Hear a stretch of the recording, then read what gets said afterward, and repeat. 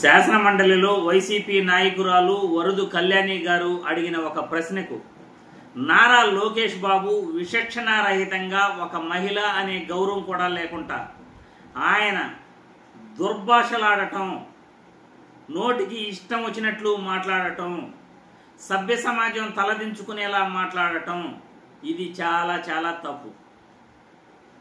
తప్పు చేయటమే కాకుండా మా తల్లిని అవమానించినప్పుడు మీరంతా ఏమైపోయారు అని నారా లోకేష్ బాబు అంటున్నారు. ఇంతకీ నారా లోకేష్ బాబు ఏమంటున్నారు, వరదు కళ్యాణి గారు ఏం మాట్లాడారు ఒకసారి వీడియో చూస్తాం, తర్వాత మళ్ళీ మనం దీనిపై మాట్లాడుకుందాం.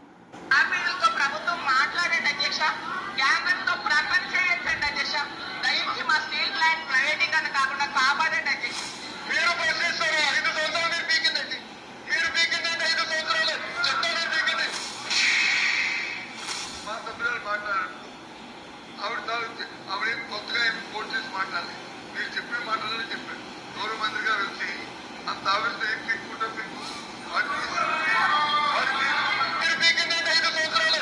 అక్కడ చూడు సార్, ఈ రాష్ట్ర ప్రజలందరి తరఫున విభజన సంబంధించిన హామీల దగ్గర నుంచి పోలవరం నుంచి ప్రత్యేక హోదా వరకు, విశాఖపట్నం స్టీల్ ప్లాంట్ నుంచి రైల్వే జోన్ వరకు వాటిని అన్నింటినీ కూడా పరిష్కరించాలని మనసారా కూడా కోరుకుంటూ, కేంద్ర ప్రభుత్వంతో మా అనుబంధం పార్టీలకు రాజకీయాలకు అతీతం, మా రాష్ట్ర ప్రయోజనాలు తప్ప మాకు మరో ఎజెండా లేదు, ఉండదు, ఉండబోదు సార్. చూశారుగా, వరదు కళ్యాణి గారు స్టీల్ ప్లాంట్ గురించి ప్రైవేటీకరణ చేయకండి, ఎన్డీఏ కూటమిలో మీరు భాగమై ఉన్నారు, నితీష్ కుమార్ గారు ఆయన కావాల్సినటువన్నీ వాళ్ళ రాష్ట్రానికి తెచ్చుకుంటున్నాడు, మరి మీరు ఎందుకు ప్రశ్నించలేకపోతున్నారు కేంద్రాన్ని? మీరు అడిగితే స్టీల్ ప్లాంట్ ప్రైవేటీకరణ కాదు, ఒకవేళ స్టీల్ ప్లాంట్ ప్రైవేటీకరణ చేస్తాము అంటే మద్దతు ఉపసంహరించుకోండి, గవర్నమెంట్ పడిపోతుంది అని వరదు కళ్యాణి గారు క్లియర్గా చెప్తున్నారు. రాష్ట్ర ప్రయోజనాల కన్నా పొత్తులు ముఖ్యమా? దానికి సమాధానం ఏం చెప్పాలి? మీరు పీకిందేంటి 5 సంవత్సరాల్లో అంటున్నారు. అయ్యా, ఒక మహిళ, మీరు మంత్రిగా ఉన్నారు, అలా మాట్లాడకూడదు అని బొత్స సత్యనారాయణ గారు అంటే 5 సంవత్సరాలలో మీరు ఏం పీకారు? అసెంబ్లీలో మా అమ్మను అవమానించినప్పుడు మీరు ఏం చేశారు అని మళ్ళీ ఆయన చేసిన తప్పును ఆయన ఒప్పుకోవట్లే, మా అమ్మని తిట్టారు అని అంటున్నారు. అవును, ఎవరు కూడా మీ అమ్మని తిట్టింది, భువనేశ్వర్ గారిని తిట్టింది ఎవరు కూడా మీరు ప్రోత్సహించరు. నేను కూడా ఆ రోజు వీడియో పెట్టాను, అలా భువనేశ్వర్ గారిని తిట్టడం, అసెంబ్లీలో తిట్టడం తప్పు అని చెప్పాను. ఈరోజు కూడా నేను చెప్తున్నాను, భువనేశ్వర్ గారు తిట్టడం తప్పే. మరి మీరు చేస్తున్నదేంటి? మీకొక్కరైనా తల్లి ఉండేది? జగన్మోహన్ రెడ్డి తల్లి కాదా?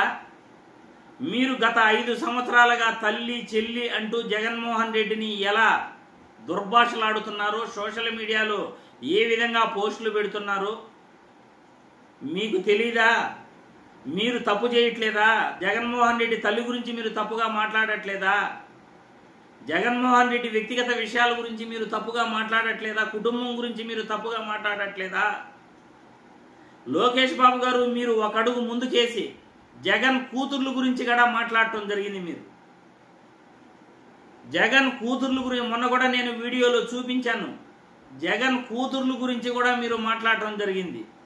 అంటే మీకొక్కరే తల్లి, మిగతా వాళ్ళకి ఎవరు తల్లులు కాదు, మిగతా మహిళలు ఎవరికి కూడా ఆత్మగౌరవం అనేది ఉండదా? ఒక మహిళ అని చూడకుండా శాసన మండలిలోనే మీరు ఇంత నిస్సిగ్గుగా ఏం పీకారు మీరు గత 5 సంవత్సరాల్లో అని అంటున్నారే, ఒక మహిళతో మాట్లాడాల్సిన మాటలేనా అవి? నిస్సిగ్గుగా ఇలా మాట్లాడటం ఒక మంత్రిగా చేయాల్సిన పనేనా అది? ఆలోచించుకోండి, మీ సంస్కారం ఏ విధంగా ఉందో రాష్ట్ర ప్రజలందరూ కూడా చూస్తున్నారు. మీ తల్లిని మాట్లాడిన మాటలు ఎవరూ ప్రోత్సహించట్లేదు, తప్పు అనే చెప్తున్నారు. కానీ మీరు శాసన మండలిలోనే ఇంత నిస్సిగ్గుగా ఏం పీకారు అని అంటున్నారే, ఇదేనా సంస్కారం అంటే అని నేను ఈ వీడియో ద్వారా మిమ్మల్ని ప్రశ్నిస్తున్నాను. వెంటనే మీరు క్షమాపణ చెప్పాలి. రాష్ట్ర ప్రజలందరికీ కూడా శాసనసభలో మాట్లాడటం తప్పు కాబట్టి క్షమాపణ మీరు ఖచ్చితంగా చెప్పాలి. బేషరతుగా మీరు క్షమాపణ చెప్పకపోతే ఆ పదవికి రాజీనామా అన్నా చేయాలి.